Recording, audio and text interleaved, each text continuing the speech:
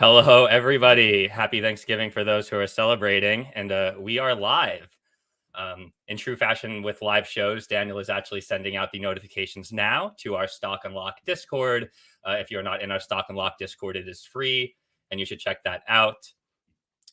And yeah, I hope that everyone's having a great week. You might notice that the background's a little bit different for me. I am at my parents' house where I grew up in true holiday fashion. And if you think that my sound sounds better, it does.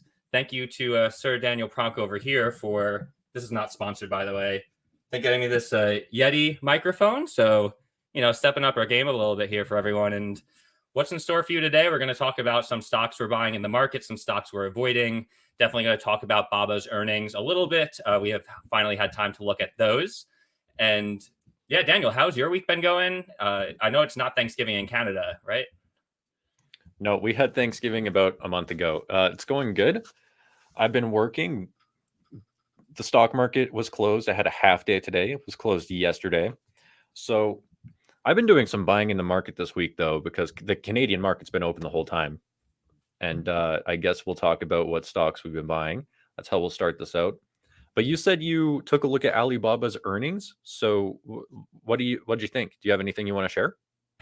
Yeah, the only thing I really think is noteworthy to talk about is their cloud service. So we've been very open about this on the show. Daniel and I are both holders of Alibaba. I will be even more open and say I am down on this position. It is not a very large position for me, and it's something that I'm holding on to. So definitely keeping track of their earnings. And I will say that I'm holding, but I'm not super happy. One of the reasons why I decided to get into Alibaba stock was not only were they very strong in commerce, but they also had a growing cloud business.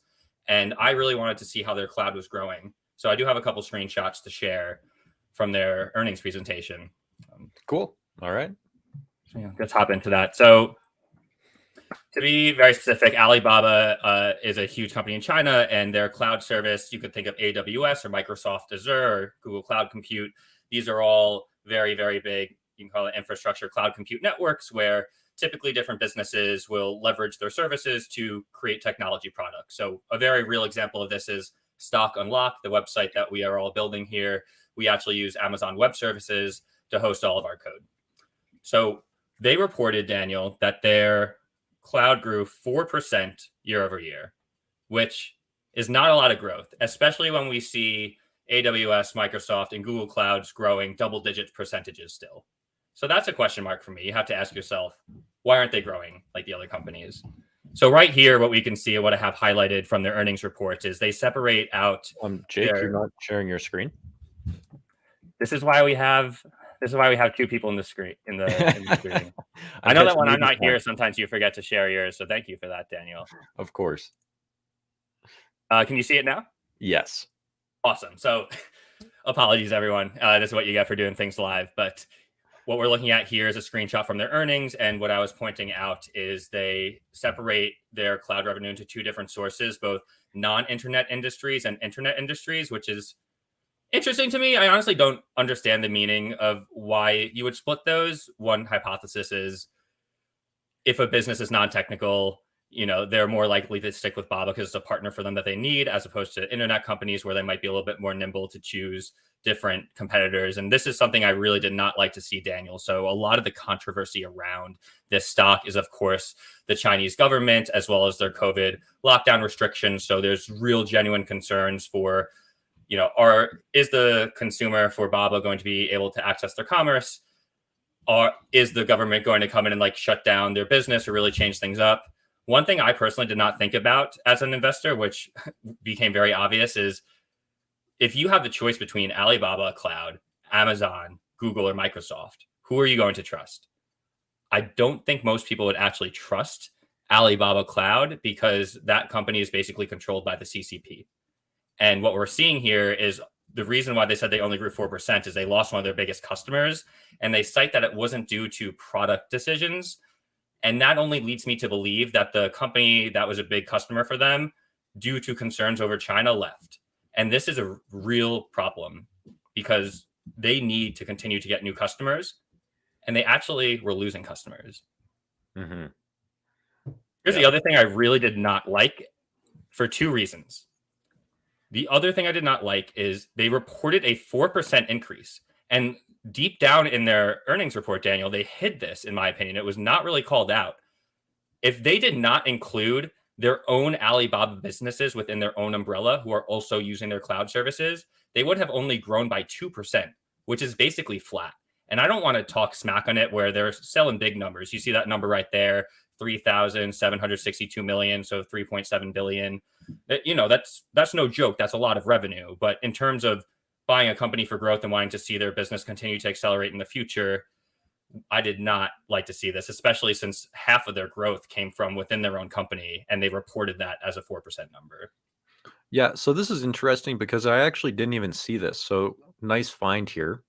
And yeah, I totally agree with you. Like if you're an international company located anywhere outside of China, I mean, you're going to have the option of AWS, Google Cloud, and Microsoft. And you're probably going to want to work with those companies over Alibaba for the reasons that you said. So I'm wondering if Alibaba's cloud is really a growth engine for exposure to just like China's cloud sector now, because I don't know if the CCP, I'm just guessing right now, I have no idea, but who knows if the CCP wants, like, Google Cloud in their country. So maybe Alibaba's like a cloud play on China in specific now. Who knows? Yeah, and a question for all of our live viewers in the chat, assuming some of you are Stock and Lock users, question for you. If we were on Baba's cloud as opposed to AWS and you were creating watch lists and portfolios in Stock and Lock, would that be a concern for you as a user if you knew that our backend and our data was being stored in a cloud service provider that was a company in China? As a user myself, I think the answer would be yes. And to be very clear, we are not planning on switching to Alibaba's cloud. AWS has us a very hard grip. We do really love their service. And, as an investor in this business, Daniel, it does not make me happy. At this point, it's a hold for me, and we could have a little more conversation as to why, which is mostly around their stranglehold in China with their commerce, as well as the fact I don't think China is going to let a lot of new businesses grow.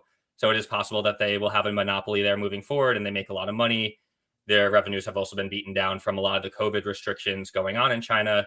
So you could speculate that their revenues from their other businesses, such as their commerce, would go back up, which is still a bulk of their revenue.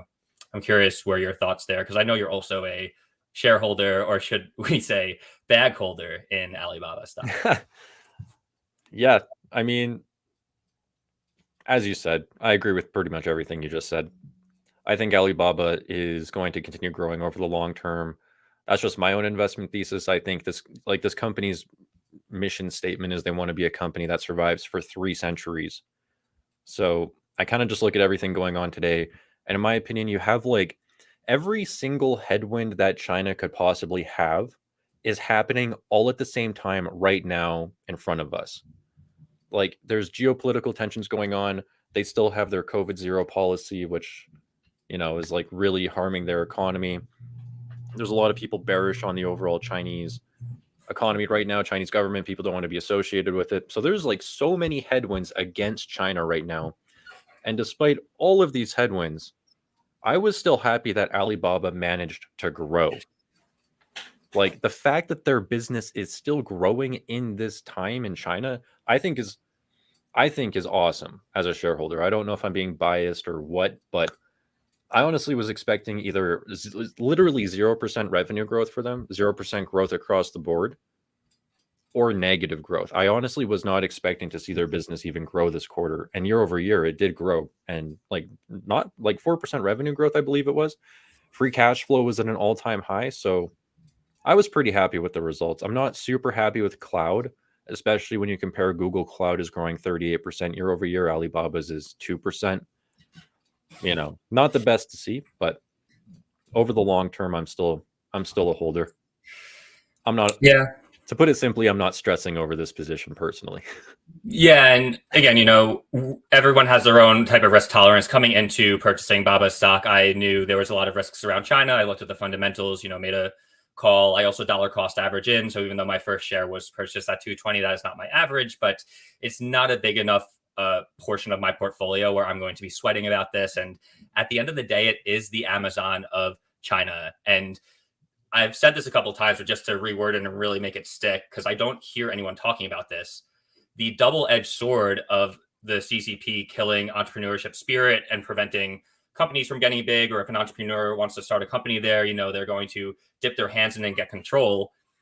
I do think that there was a very quick window of opportunity, assuming that they keep those rules the same, where it's going to be really hard for competitors in that Asian area to come and try to take market share from Alibaba, as compared to being in the US, where we have a very capitalist society, just like Stock and Lock. We want to start a company and anyone's able to do that. So when you have that type of environment, it's going to bring a lot more competition and innovation. So good thing or bad thing for the people of China, debatable, not here to talk about that. But just in terms of, real emotionless investing, I do think that could be one positive of this, which is why, I'm not selling. If I really thought this company would go to zero and stop growing, I'm not afraid to take a loss and, cut it loose. But I also want to be clear that while I'm not thrilled with their earnings, there's still enough there for me on the bone, as well as a little Chinese diversification play, right? Where I'm all right with it being around like I think it's around 3% of my portfolio right now. Maybe call it 3.5.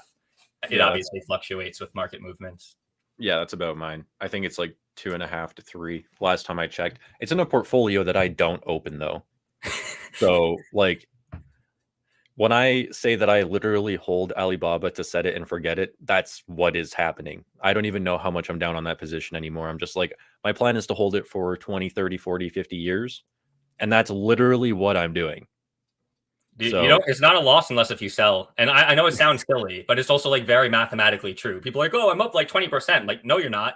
If you sold it out of liquidity and got out of your position, you were up. But that thing's going to move around a lot. Are you going to say and record all time, well, it was up at 20%, but when I sold it, I wasn't? It doesn't matter. Yeah, I agree.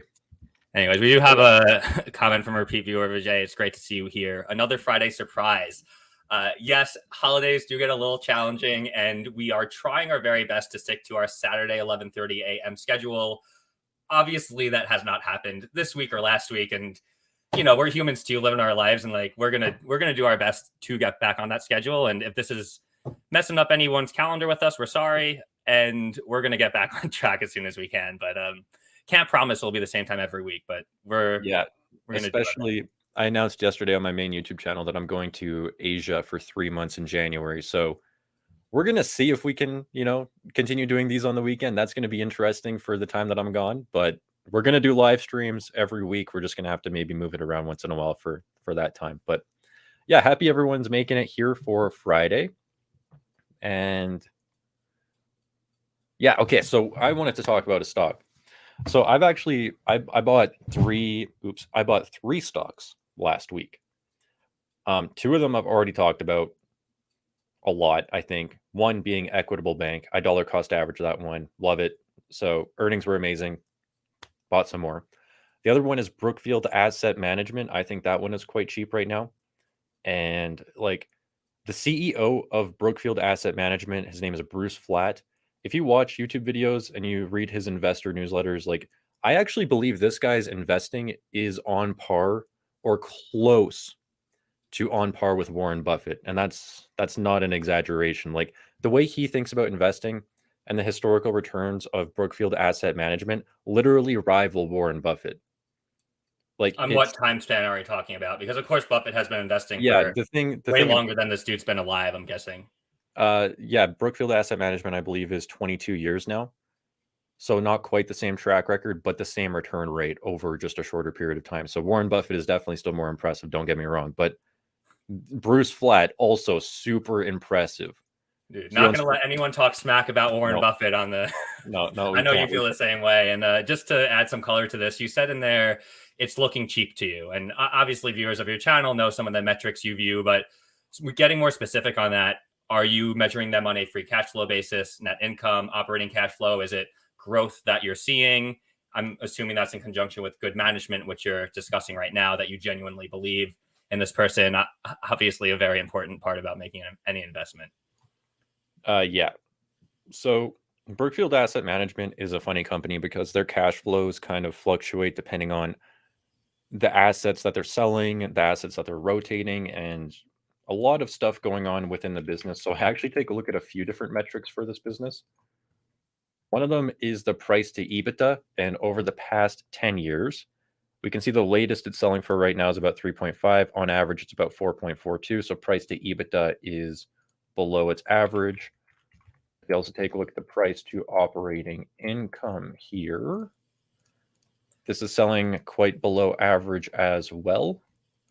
And then I think the price to operating cash flow was the other metric that I was looking at. So yeah, they had like this massive spike back here. But if we take a look at price to operating cash flow, it's also below its average right now. And this stock,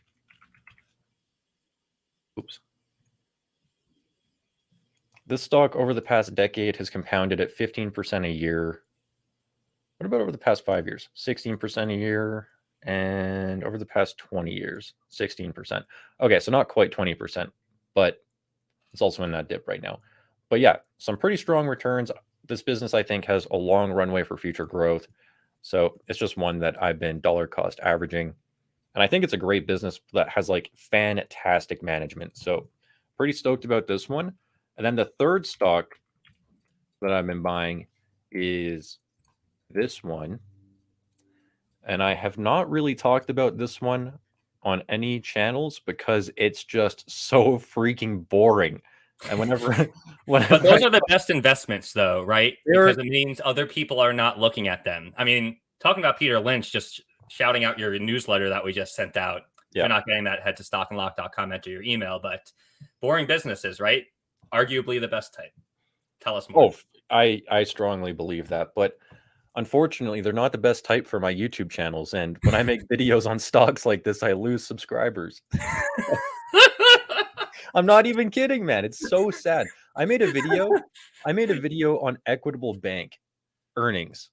The video did not perform well on my personal channel, and I lost like 50 subscribers for making that video. I was like, this is probably one of my favorite stocks, one of my best investments, probably the cheapest stock I own, and no one wants to hear about it. It's crazy. Well, let's also be a little fair to you here. 50 subscribers on your account of 205,000 is a very small percentage. And I would say cut the fat, dude. You don't need those people if they're not, like that's some real investing right there. But let's not make assumptions. There could have been other reasons why. So who knows? Who knows? But if you're calling yourself an investor, I don't think that you should be deterred by a business that's boring. You should only be deterred by businesses that you can't actually understand. And I do think that there would be some correlation between a business being boring and someone's ability to actually understand that business, visualize the cash flows, know how they operate, who their competitors are, all these things that we talk about week over week of the checklist you want to run through whenever you make an investment. Absolutely. And as Peter Lynch says, man, it's so true. And I've been seeing that so much more in the past years. Like the more boring the investment, the less eyes are looking at it and the cheaper it usually is. I've found that with Equitable Bank, one of my largest positions. And now this one that I've been buying, even Brookfield Asset Management, people don't really talk about it that much. Like I go on Twitter and I search the ticker to see if people are talking about it. And Brookfield Asset Management has like no one talking about this stock. And it's a freaking large company. And it's incredible. Like it amazes me. But anyway, I'm getting so off topic right now. So I can bring us back quick. I think that was the oh, you're sharing your screen. I was going to say I did buy one stock this week, but please. No, I want to talk about this one. Okay. Let's go. This company, this is, if you're Canadian, this company owns Sobeys, Safeway, and Freshco. These are grocery stores across Canada. That's what this company does. They literally sell groceries. So my investment thesis in this business is, as long as people still need to buy groceries, they're probably going to be fine. And with more people moving to the cities, I think more people are going to be buying groceries at Sobeys and Safeway over time. And Canada also increased their immigration policy where we're going to be having something like 450,000 plus immigrants moving to Canada every year now, which is more than 1% population growth every year just from immigrants, which means more people shopping at Sobeys and buying groceries. So I got a question about this one, Daniel. So as a New York boy, I've lived in New York my whole life. There's a lot of different types of grocery stores, right? You got your bougie ones, you got your, price chopper a little bit more. You go for deals, but you might not want to eat the sandwich meat there. Is this a higher end grocery store or lower end? And I have a follow-up question after you answer that one. So they own all so they have different logos, they call them. So for example, Safeway is like the higher end grocery. They got like fresh farm produce, more on the expensive end. Then they have like Safeway, which is like mid-tier, and then Freshco is like competing with Walmart for discount prices. So they cover the whole range. Well, that's great. I was thinking that would be one or the other, but the reason why I asked is especially with us heading into at least what most people are saying is a very recessionary environment. You would assume that along with that lower consumer spending, especially as people unfortunately lose their jobs as layoffs happen, you're going to have to be more careful with where you spend your money. And I've seen some pretty good arguments on the internet for if you're making investments in businesses right now that are consumer facing businesses, you could have a leg up when if you're analyzing two different grocery stores, if one's a higher end one and one's a lower end one, there are going to be people who need to change their spending habits to switch to some of the more cost effective stores, which is why I asked that question. But it sounds like they got the array of it. So best of both worlds. And I agree with you. People got to eat. You have to ask yourself, who's going to be buying this product? Well, everyone, unless if something really changes with human anatomy and physiology that aliens come, and that will go off topic. But yeah, my thesis basically is like if this company becomes irrelevant, there's probably a lot worse things going on in the world. Like if people stop buying groceries, we're in a bad spot.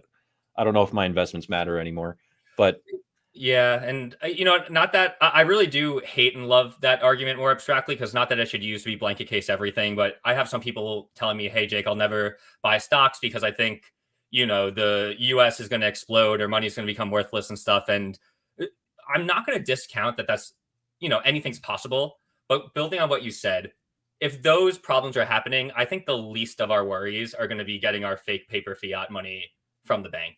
And we don't need to take this any farther because I don't actually believe that will happen. I'm an optimist. I think even with everything going on in the world, you can point to a lot of negative things. I think there are also a lot of positive things going on. So that doesn't mean we ignore the bad things, but taking a step back and looking at the big span of history, I believe that the world will continue to move forward and work through the issues we're having. We'll see what happens, but I'm going to keep investing in stocks. I agree. Okay. So now if we can, so this is a grocery company, right? We were just talking about how boring it is. What's not boring is take a look at these returns versus the SPY. This company, this stock is up 621% over the past 20 plus years versus the SPY is about 185%. Now, depending on where you bought the stock over time, you can see like in 2009, the SPY would have outperformed. Actually, recently would have outperformed. But I think that this stock right now is super cheap relative to its peers. And I've been studying this one for like consistently probably a week now. And I don't know why it's selling so cheap. Daniel, can we bring up their graph in the dividends tab? Because I am curious what their returns are if you add in the dividend payment, which is something a lot of our users ask about a lot. They'll say, well, maybe they didn't beat the SPY if you don't include their dividend. But if you did. Yeah, so if you do include their dividend, like over the past, if you bought the stock anywhere from like 2010 to like 2017, then you underperform the SPY. But outside of those time ranges, then the stock has outperformed the SPY. And I think that it will outperform going ahead into the future because personally, I think the SPY got quite expensive, which kind of stole some future returns, whereas this stock did not participate in the overall rally with everything else. And I just think that it's so cheap that its returns are going to outperform now. So what I like to do is find the other companies that are in, the industry. So since this is a grocery supplier, I went out, or a grocery company, I went out and I found the other major grocery chains in Canada, which are Metro and Loblaws. And I like to just take a look at, how are the revenue growing between all these companies, like what's going on. So I like to take a look at the past decade. We can see right here, EMA, Empire, growing the revenue the fastest on a compounded basis over the past decade. Over the past 5 years, MRU is growing. Empire's coming in second. Over the past 2 years, Empire's number one. So they're consistently number one or two in terms of revenue growth. People are eating their Wheaties. Yes, sir. And then I like to take a look at operating cash flow, like what are profits doing? So all these companies grow almost identically in terms of cash flow, like 10% a year for the past decade. Over the past 5 years, Empire's heavily outperformed. And over the past 2 years, Empire has heavily outperformed. So this stock basically, when you compare it to its competitors, its revenue and profits are growing either consistently number one or number two on the off chance.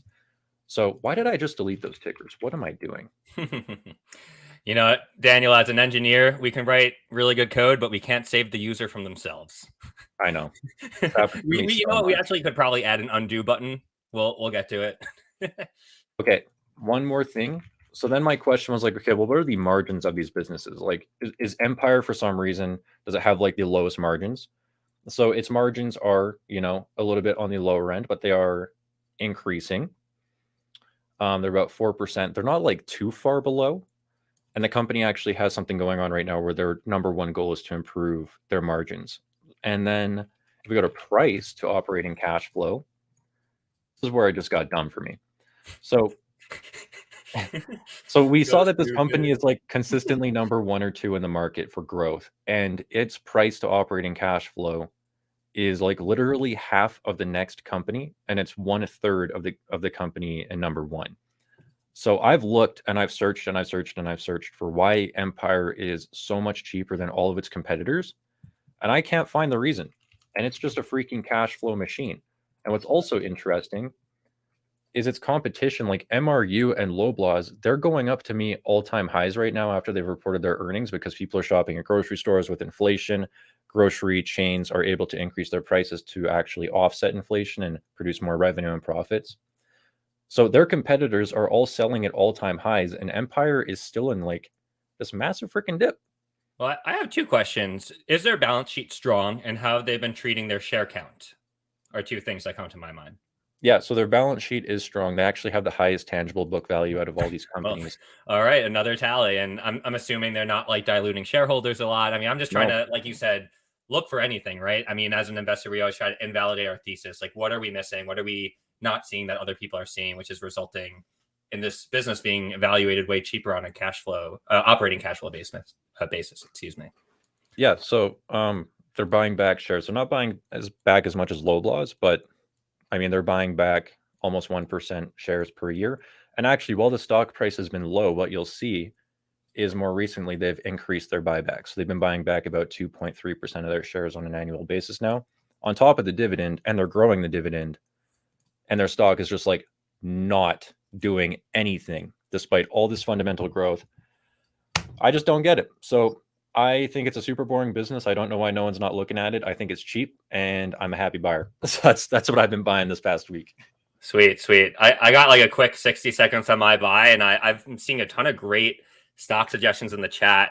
There was one that started with a Y that had a high insight score, apparently. So I'm not sure if we want to fish that comment out. But for those who have been watching the show, you will know that on episode, I believe 9 it was, and apologies if I'm getting that wrong, I opened up and started talking about a new stock I was buying, which was Airbnb. I will not be going through why since we've already put out that content. But what we did talk about, Daniel, is I started buying it here. This was episode 9.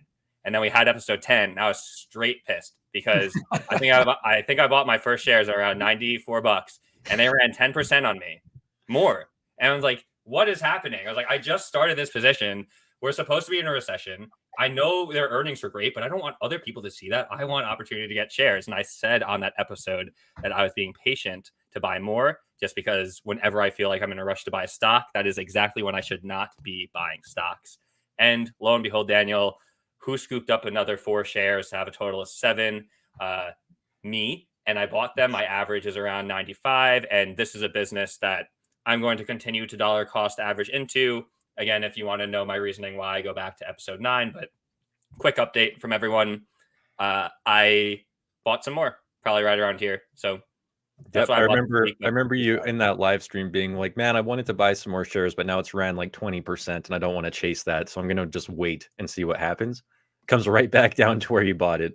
Like, beautiful. And to be clear, like I didn't know what the stock price was going to do, Yeah, right? The stock price could have went up even more and then it would have looked stupid if it never came back down. But patience, I think, is always very important with investing, especially for people of our age. You know, I just turned 30. Hopefully, I have a lot more decades of investing in front of me. So I am never in a rush to buy a stock. And if I ever do feel that, which I have learned that that is exactly when I should close my laptop and take a walk and not be buying or selling stocks because emotions do not mix with investing, period.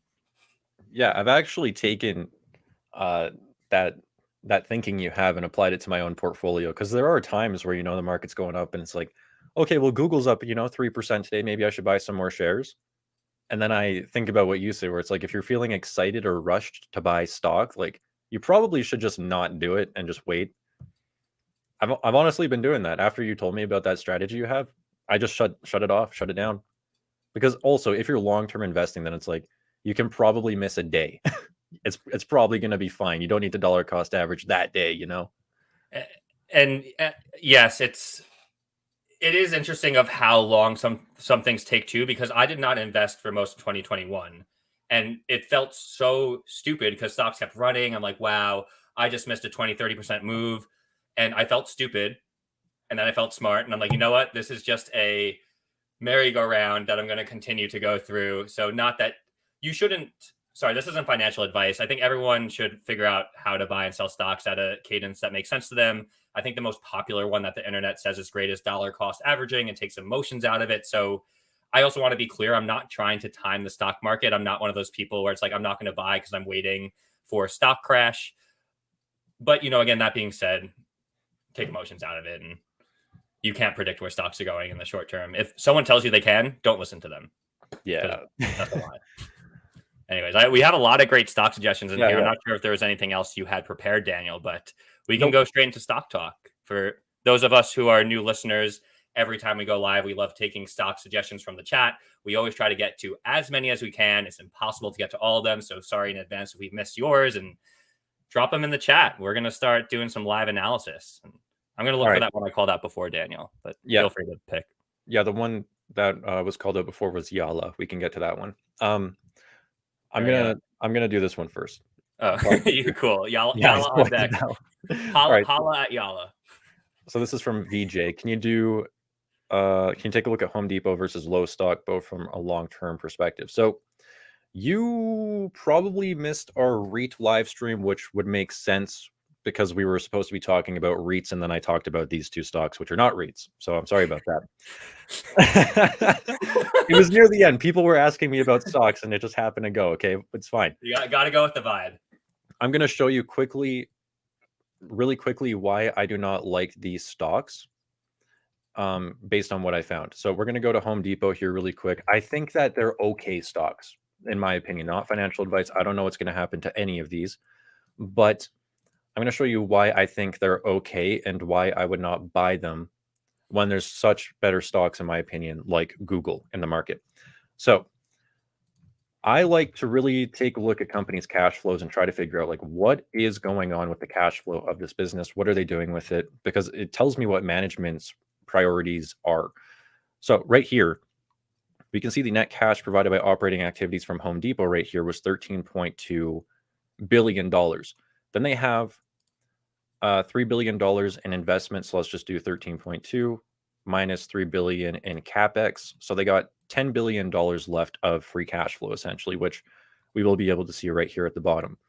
But moving our way down the cash flow statement, we can see that they paid dividends of $7.6 billion. So let's subtract $7.6 billion from the free cash flow. This means they got $2.6 billion of cash left to decide whatever they want to do with that money. Well, then we can see that they bought back $9.3 billion of common stock in the past year. So how did they buy back $9.3 billion of common stock if they only had $2.6 billion of cash flow left after paying the dividend? Can I take a guess? Sure. They raised debt. Exactly. I was about to say they diluted, but that would make no sense if you dilute to raise money to buy it back. Has anyone ever done that? Anyways. Back on track. No, that's exactly what's happening right here. So what these companies do, Home Depot and Lowe's, Home Depot is a bigger culprit of this, but the company consistently takes on debt to buy back a ton of shares, and they're leveraging up the balance sheet to do that. And as an investor, when I see a company is taking on so much debt to buy back shares and leverage up the balance sheet, increase interest payments in this higher interest rate environment that we're going into, I don't like that. I don't think that it's a good thing to do. I don't think that it's the best way to create shareholder value. And yeah, if you take a look at the tangible book value on this business, let me just go confirm this. But I believe that the tangible book value is just yeah. Here, I'll share my screen because I want to show this. So yeah, if we take a look at the tangible book value over the past decade, it's been consistently downtrending, and then right here in 2018 it went negative, and it's been staying negative, and now it's at negative $6 billion. So Damn. this company is taking on debt faster than it's growing its assets, and now the tangible book value is actually negative. So this company has more debt than assets, and this is because they're taking on debt to buy back shares. So I don't like it. I don't love to see it, and I really struggle to want to invest in companies that do that, especially when they do it at such a fast rate. Does Lowe's do that as well? I know it was yeah. Yep. Okay, so that makes sense. One thing I was going to say is there are lots of Home Depots where I grew up in. Two things, just not looking at their financials at all. Always see people at their stores. I know tons of contractors go there. And in terms of having a moat, it's basically Home Depot and Lowe's, at least where I live, to get that type of construction equipment, redoing your bathroom. And if I had to think about it, even as a business owner ourselves, there is some moat around that, right? But what you just pointed out is definitely, it's one of those things where you remind yourself there's tens of thousands of stocks out there. And do you want to own a stock where the people are making decisions with the capital like that? Also, I forgot to say this, but Home Depot, as you said, like their business is like if construction is going on, if there's home renovations going on, if there's home building going on, then people shop there, right? So then I went and I took a look at the company's cash flows and revenues during the 2008, Great Recession.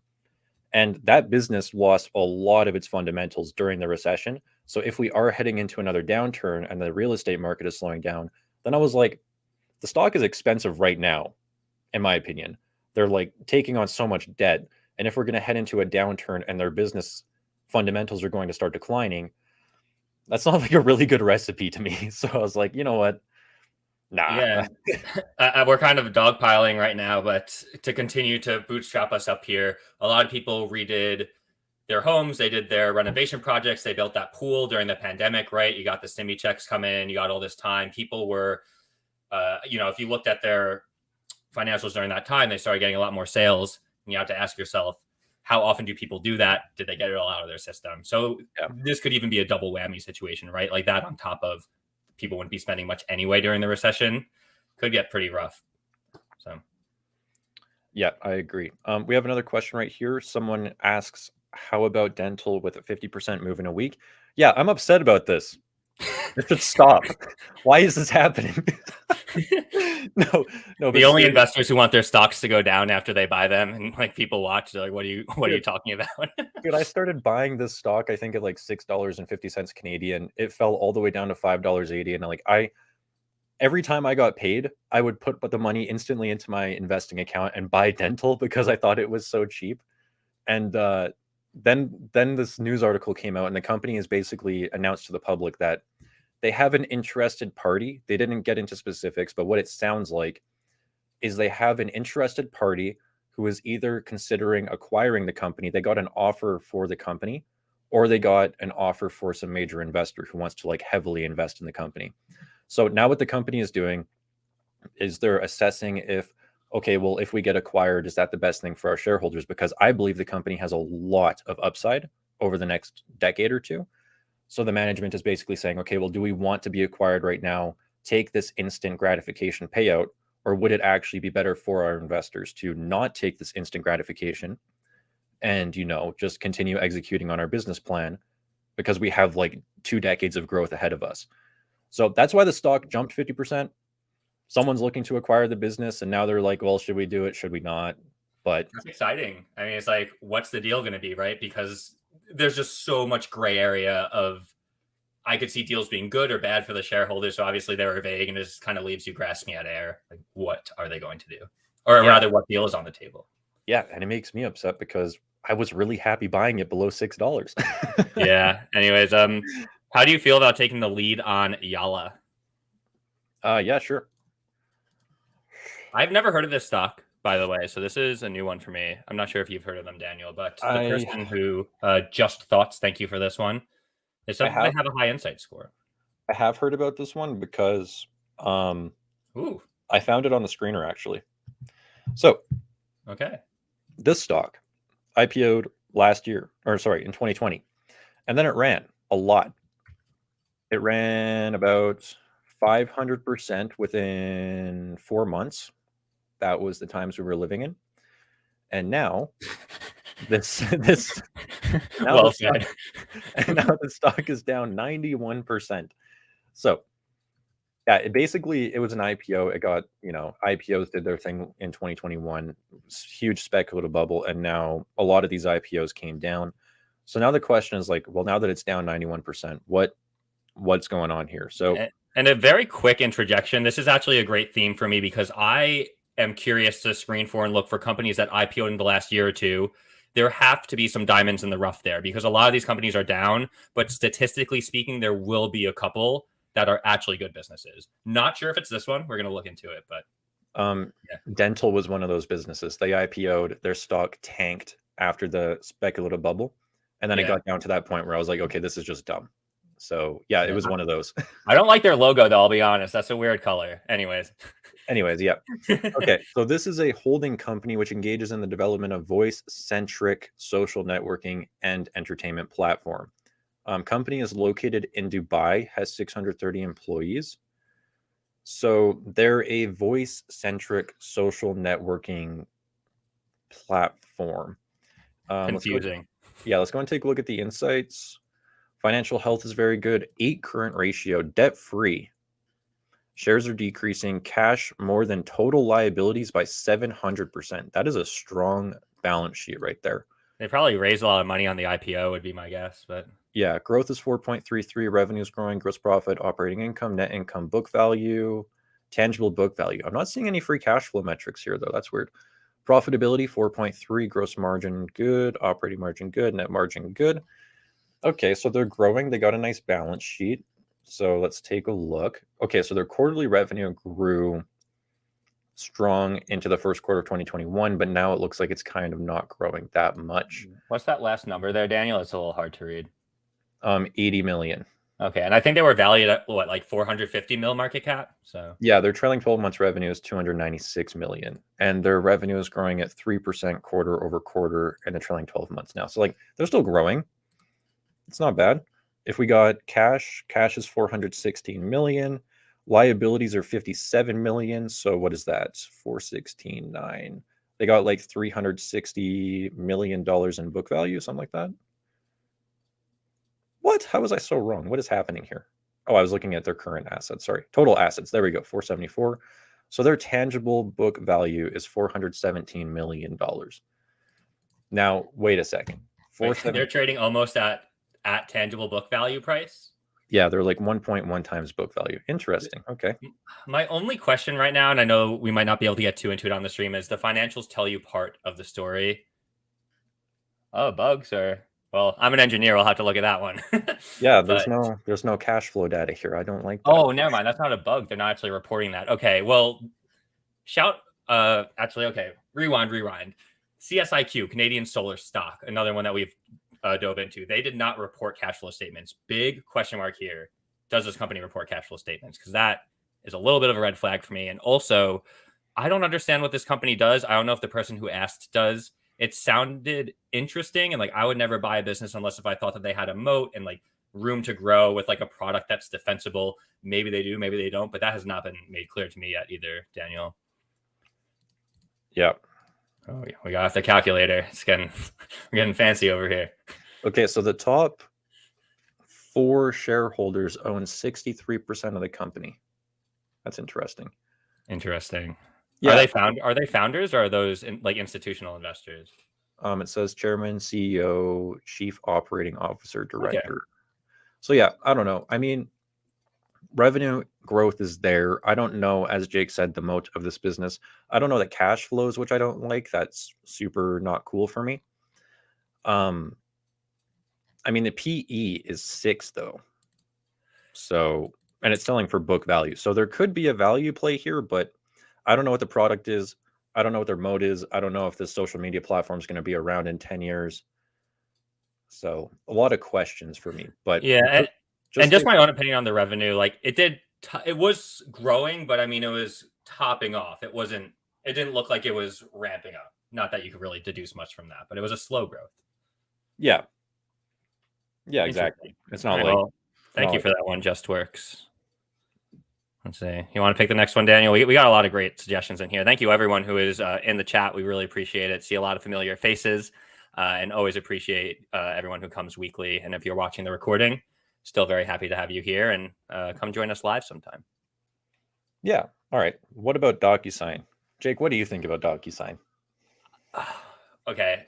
For those who don't know, I am a software engineer. I've been doing it for 10 years, so I've got opinions about technology.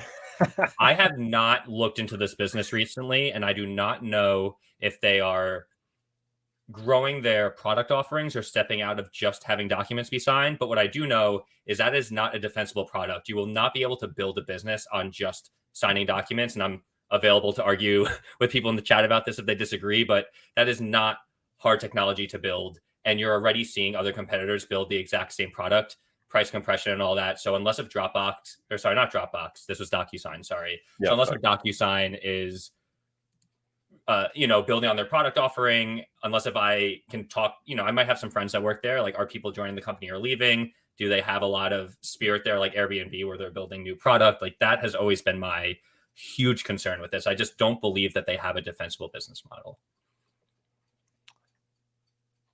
Yep, I would agree with you. I'm also looking at DocuSign's financials right now. Do you want a screen share? Or? Yeah, sure. Cool.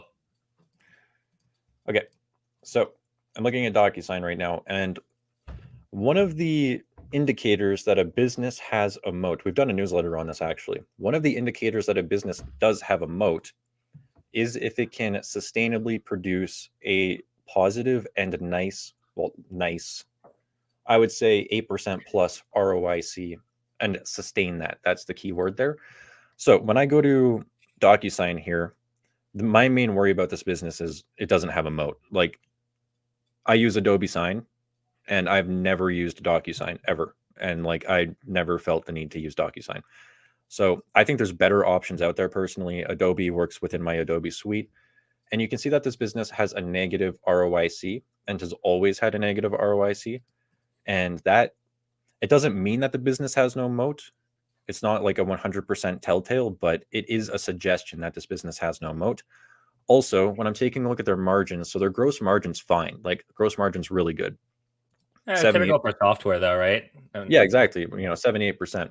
But then their operating margin is negative 3%. So basically all of their gross profit right here goes to operating expenses, and we can see it's mostly selling, general, and administration. So this is probably stock-based compensation, paying their employees a ridiculous amount of money, and that results in them having a negative operating income. And then I took a look at the diluted shares outstanding. I know I suck at talking. Yeah, I love being live. Like, I know these are the things I cut out of YouTube videos, and you get to see it for real. But anyways, their diluted shares outstanding, it's not growing like a lot, but it is growing. And it's growing consistently. So that tells me this business is doing stock-based compensation, which is like fine, but they're doing so much to the point where the operating income is negative. Then, yeah, I'd be curious to see like their revenue growth mapped with their operating expenses and things like that. Are they spending more and more to make not as much revenue? Well, let's see. We can just take a look at their operating margin. So their operating margin has improved, but it's still negative. So I don't know. I just don't think this business has a moat. I think it got super overvalued, like so overvalued. And now it's coming down to a point where, like, who knows? It might be a decent value here. It's got a free cash flow yield now of like 5%. Not bad. But again, is this business going to be around in 10 years? I have no idea. I don't know if Adobe and Google are just going to be like, hey, you can sign docs like for free now using Google Docs. And boom, there goes DocuSign's business. Yeah, two closing comments here on this one. I don't know how many people they have employed, but I'm assuming it's a lot of engineers. Yeah. And one thing that I would want to look into if I was taking a deeper look here, one thing I said before, what are their product offerings that they're coming up with? What are they having their engineers working on? Are their engineers staying? Were they just there for like the stock comp? And like, I've been an engineer where like everyone jumped ship after the IPO because they're like, cool, like I cashed out. I don't actually care about what this business is doing. So that's like the first thing that I'd look at. And the other thing, Daniel, that we don't talk about on here a lot because it's hard to predict, but companies do buy out other companies for acqui-hires. A huge company like Google, Apple, Microsoft, if they're having trouble hiring thousands of engineers, like I do not know how many engineers work at this company, but assuming they have at least hundreds, not that you'd want to make an investment on this type of bet, or at least not financial advice. That wouldn't be something I do. I could potentially see that happening in the future, like this, the assets, meaning the people and things at this company, if the value continues to go down, them being bought out. And, sometimes when that happens, if it's bought at a premium, you'll get a spike. But I really do view that as a little bit more of gambling, unless if you have insider information on if they're going to be bought or sold, which then don't do that. That's illegal. You can't buy or sell stocks on insider information that's not non-public, but Yeah. it's your own life. Do what you want. Yeah, like I would think maybe Adobe. We're entering speculation zone right now, by the way. But if they were going to be acquired, it'd probably be warning. it'd probably be like Adobe.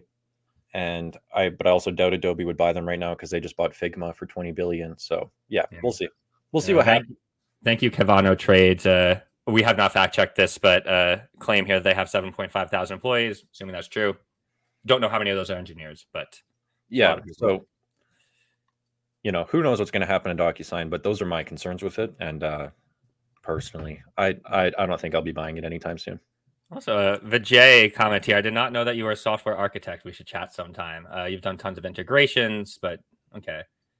Kind of saying like what you were saying, Daniel, but very, very good insights. We love when you guys drop these in the chat too. I mean, we all learn together here. Daniel and I present what we know, but we are not stock savants, right? Always learning as well. So thank you everyone for dropping these great comments. See, we got a lot of stocks in the chat. We got a question for you, Daniel, here. All right. Is this something that you've talked about before or unrelated? Can you explain LNC comprehensive income? I actually don't know what comprehensive income is. Cool. Well, Mando, if you have a follow-up there, let us know, and I will try to get that one answered for you. Yeah.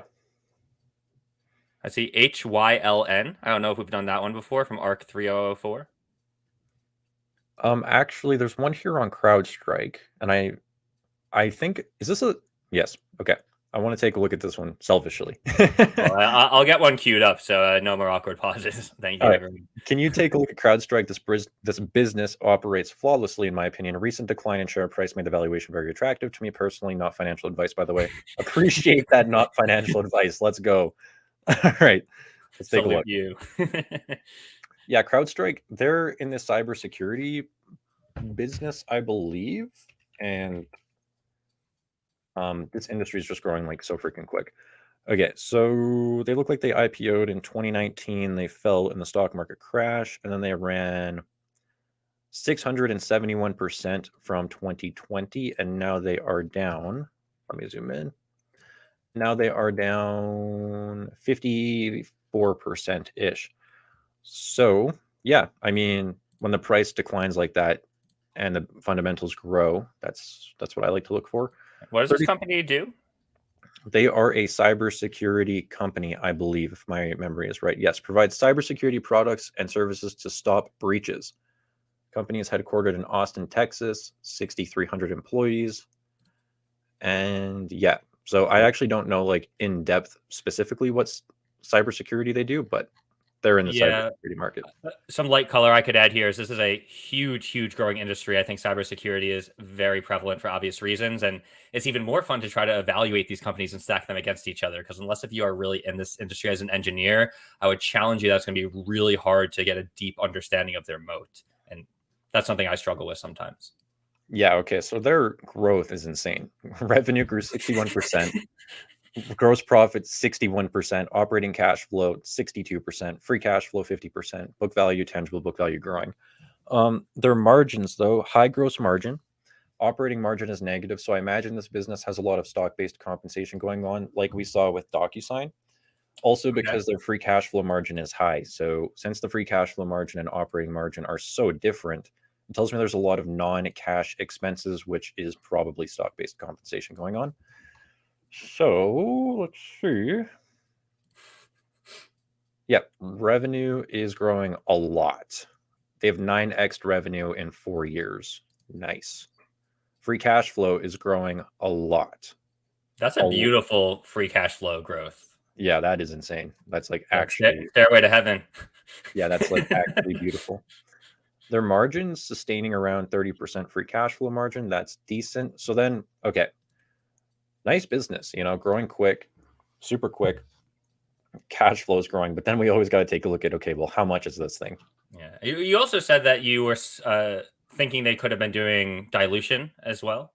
Yeah, so Or we is actually it? have shares outstanding right here. Yeah. And if we take a look since 2020, they have diluted by about 5% a year. So basically negative 5% Yeah, shareholder that's when you want return. to like look at those, like, I know, taking the words out of your mouth, the per share numbers, right? Like their free cash flow per share, seeing if that's, at least still growing relative to their share count, since they are diluting you as you hold their stock. Not an immediate write-off because you have to incentivize employees and stuff, but definitely something to be aware of.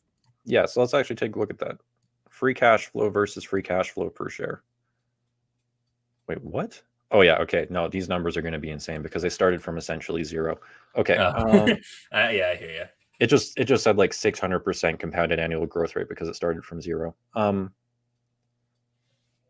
What was I doing? Price to free cash flow. Okay, so this stock was valued at 180 times free cash flow in 2021. Nice. Now it's valued at 60.5. So for me, this is still just way too much. Like, I Well, what understand that. about the on-cost metrics? Because we looked at Tesla, and in 2019, if you looked at the price of free cash flow on cost relative to what it was trading at, hindsight 2023 years later, because of their free cash flow growth, even though it was trading at a crazy multiple relative to the time when you bought it, and them Yeah, growing their but free cash flow, it discounts it back. this is my thing though, is if you're paying a 60 price to free cash flow, you're paying for future growth today. And future growth is not guaranteed. Like, who knows? One of their competitors could come in, really make it hard for this business to continue growing. I have no idea. But that's why Benjamin Graham preaches in The Intelligent Investor, if you are paying a free cash flow yield, which this business probably has a free cash flow yield of 1.7% or something, 1.65%. So if you're paying a free cash flow yield of 1.6% versus bonds near 4%, then you basically have no margin of safety. You're paying for a ton of future growth that isn't guaranteed. So that's why I'm always hesitant to buy businesses with, 60 price to free cash flows. Yeah. But let's take a look at the free cash flow yield on cost. So let's zoom out to 2018. So if you bought this company at IPO in 2019, your free cash flow, your price to free cash flow on cost is now 28. So it's come down a lot, but still pretty high.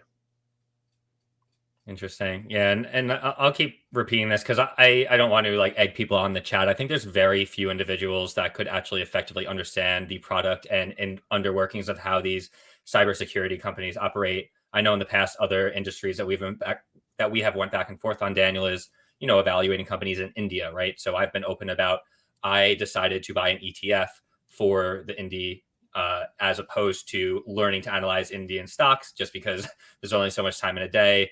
This might be another one of those industries where if you're looking for exposure to semiconductors, or even if you're looking for exposure to getting into cybersecurity, please be honest with yourself. If you really understand how these things work, if you know how their competitors can come in, how pricing works in that space, where it'll be in 5-10 years, if you can predict technology like that, I'd make an argument that very few people can do that. So always keep in the back of your mind that even though stocks are great, there could be a use case to have an ETF for something if you want to get exposure to an industry, and obviously trust the fund manager of that ETF as opposed to, taking the risk of buying individual stocks. But not financial advice, just, that might be something I would consider here personally.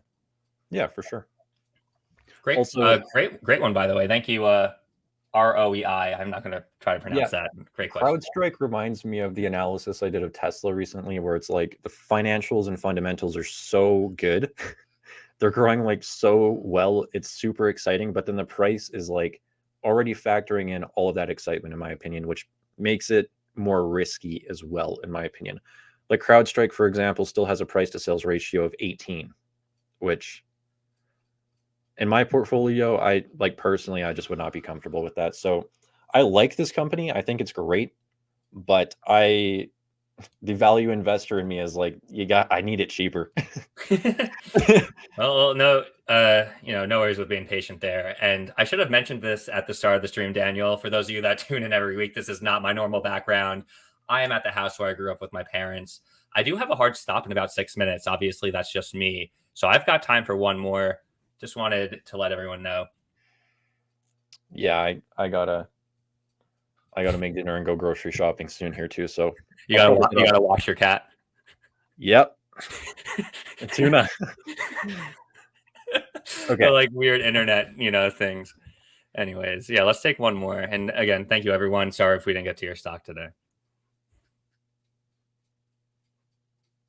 I also said I would have one queued up, and I totally did not do that. So, All right, Jake, you can pick the next one. Go for it. let's see. Please look at Pega. I know this is kind of funny. I kind of like look at the tickers, and if I've never heard of it before and it has a cool name, like probably gonna pick it. Okay. It's a SaaS company. So Stock Unlock is debatably a B2C business to consumer subscription SaaS company, software as a service. And again, for those of you tuning in, my background is in software engineering. I love this stuff. So Oh, whoa. I kind of love their name, by the way, because I really hope that if you ask the founder what their name is after, it has something to do with Pegasus, but then they did Pegasystems. That is extremely clever right off the bat.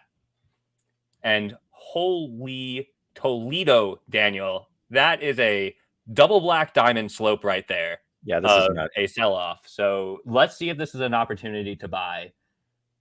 Okay. I'm having trouble reading that free cash flow yield. I can't tell if it's 8.17 or 0. Okay. 0.17. So right away, that tells you this business is not generating really cash flow. Price to sales 2.4.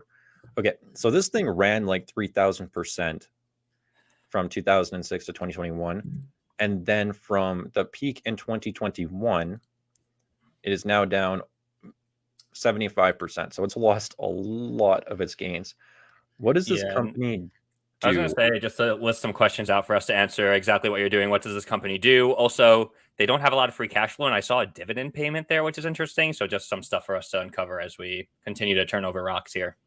Yeah, so they got 6,000 employees. So they're a pretty large company. They're in Massachusetts, engages in development, market license, and support software, which allows organizations to build, deploy, and change enterprise applications. So I actually don't really know what I just read. Well, you said Massachusetts, great, because when we first met, you were saying Massachusetts or something like that, but okay, big improvement. Yeah, we're learning. You Canadians, dude. I know, bud. So Hey, we can see right here the revenue is growing. It's not like super consistent revenue growth, but it is on the uptrend. And then okay, so I'm going to imagine.